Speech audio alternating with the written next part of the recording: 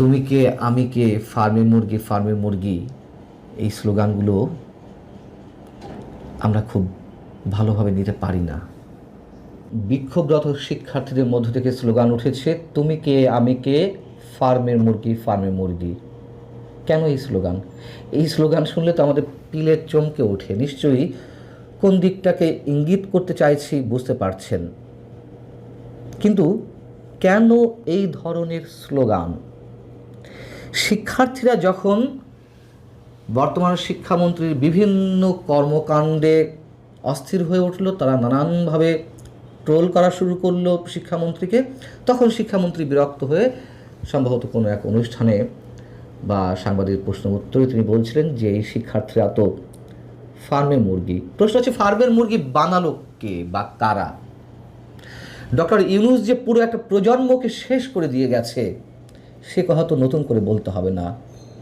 Doctor Yunus তার সাম্রাজ্য সুরক্ষায় রাখতে শিক্ষার্থীদেরকে পড়ার টেবিল থেকে বিমুখ করে তুলেছিলেন। তিনি তাদেরকে সামাজিক ব্যবসা শিখিয়েছেন, তিনি তাদেরকে মব শিখিয়েছেন, যখন তখন যেমন ইচ্ছা যত্রতত্র নানান দাবি নিয়ে মাঠ গরম করা শিখিয়েছিলেন। এ কথা তো সত্য যে এই দেশে একটা সময় পরীক্ষায় নকল মহামারী আকার ধারণ করেছিল। সেই জায়গা থেকে বাংলাদেশকে মুক্ত করেছিলেন আজকের এই শিক্ষামন্ত্রী এহসানুল হক মিলন সাহেবই, যখন তিনি 2001 থেকে 2006 পর্যন্ত শিক্ষা প্রতিমন্ত্রীর দায়িত্ব ছিলেন।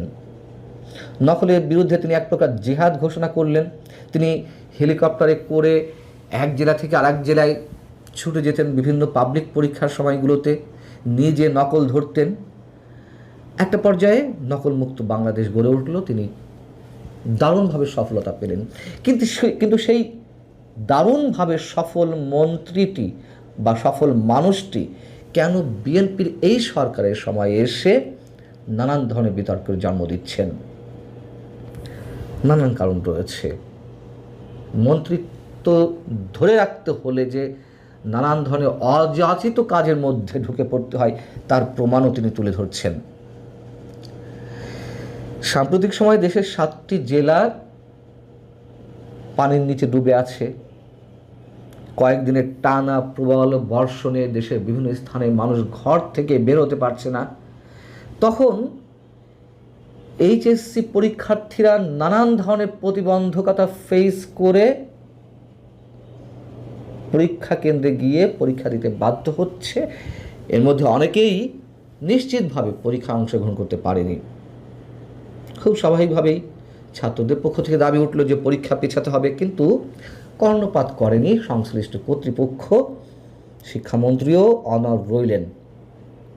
প্রতিবাদে আমরা মঙ্গলবার দেখলাম সারা দেশের শিক্ষার্থীরা ফুঁসে উঠল। রাজধানী সহ বিভিন্ন জেলায় শিক্ষার্থীরা বিক্ষোভ শুরু করলো, অবরোধ করলো। তারা যে দাবিগুলো তুলে ধরেছে তার মধ্যে এক নম্বর হচ্ছে দুর্যোগপূর্ণ পরিস্থিতি পুরোপুরি শেষ না হওয়া পর্যন্ত এইচএসসি এবং সমমানের পরীক্ষা স্থগিত করতে হবে। দুর্যোগপূর্ণ আবহাওয়ার মধ্যে 13ই জুলাই অনুষ্ঠিত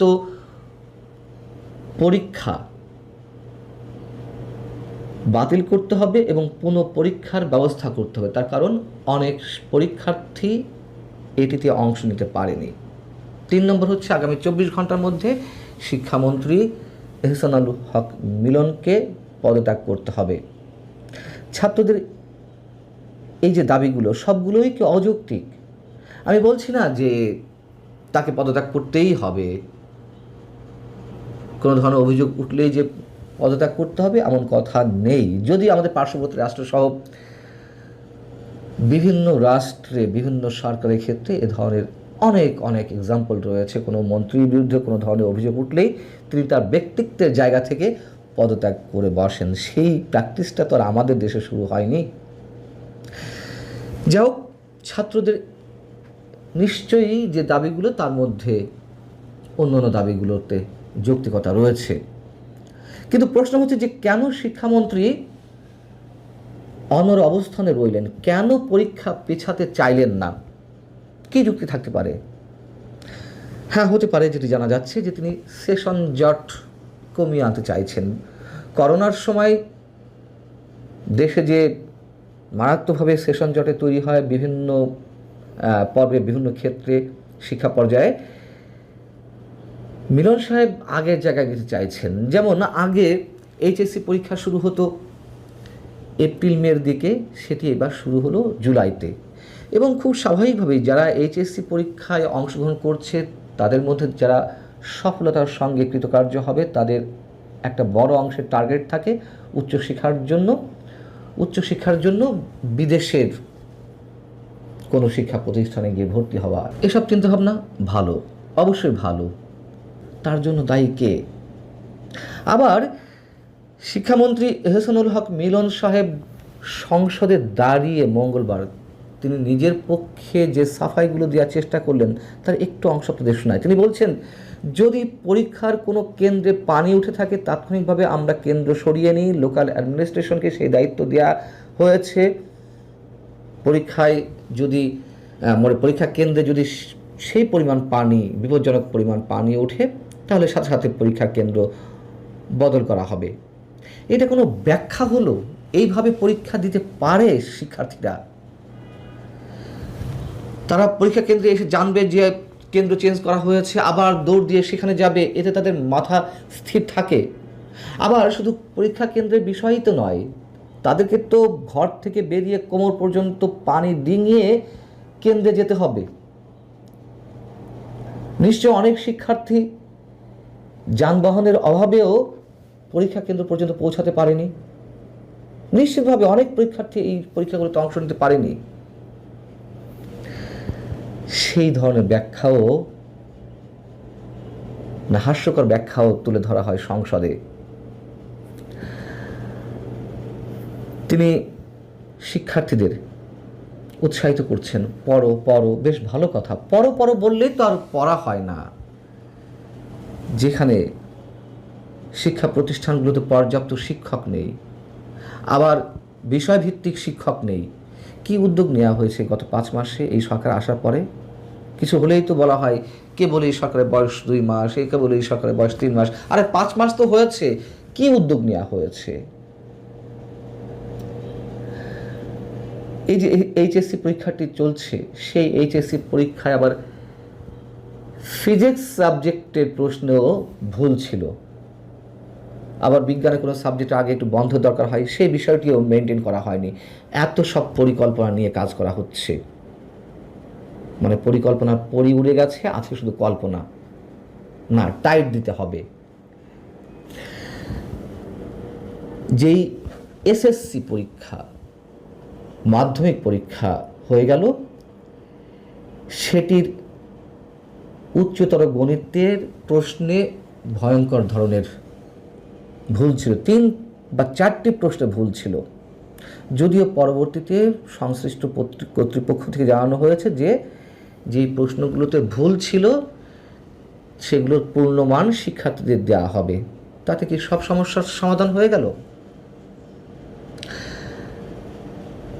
এই যে ভুল প্রশ্ন, সেই প্রশ্নের উত্তর মেলাতে গিয়ে নিশ্চয়ই পরীক্ষার্থীদেরকে নাজেহাল হতে হয়েছে, সময় নষ্ট করতে হয়েছে। সেই নষ্ট হওয়া সময়ের কারণে অন্যান্য প্রশ্নের উত্তর দিতে গিয়ে তাল মেলানো যায়নি, সেগুলো হযবরল হয়ে গেছে। তার দায়িত্ব কে নেবে? এবং যারা ভুল প্রশ্ন করলেন তাদের বিরুদ্ধে কি কোনো ধরনের ব্যবস্থা নেওয়া হয়েছে? এক্ষেত্রে বলা হয় যে এইগুলোর প্রক্রিয়া শুরু হয়েছে ডক্টর ইউনূস সরকারের সময় থেকে। আর ইউনূস সরকারের সময় থেকে নেওয়া হয়েছে, বেশ ভালো কথা। কিন্তু এই সরকার আসার পরে যে এসএসসি পরীক্ষা হলো তার আগে তো নিশ্চয়ই ফাইনাল করা হয়েছে অনেক কিছু, সেক্ষেত্রে কেন এগুলো সুপারভাইজ করা হয়নি? এই শিক্ষামন্ত্রী ক্লাস 2-3 কোমলমতি শিক্ষার্থীদের সামনে গিয়ে তাদের মুখ থেকে বের করার চেষ্টা করেন যে তারা বড় হয়ে কাদের সাথে রাজনীতি করবে, এবং তিনি আবার উত্তর শিখিয়ে দেন জাইমা রহমানের সঙ্গে রাজনীতি করব। বুঝুন অবস্থা, কতটা অযোগ্য হলে মানুষ এই পরিমাণ চাটুকারিতা করতে পারে। এখন তো মন্ত্রিত্ব, বা সংসদ সদস্যগৃহীত এগুলো টিকিয়ে রাখার জন্য, রাজনীতি টিকে থাকার জন্য দলীয় নেতার চাটুকারিতা ছাড়া উপায় নেই, এবং সেগুলো বিভিন্ন ক্ষেত্রে আমরা অ্যাপ্লাই করতে দেখছি। তাই শুরুতেই যে কথা বলছিলাম, তুমি কে আমি কে, ফার্মের মুরগি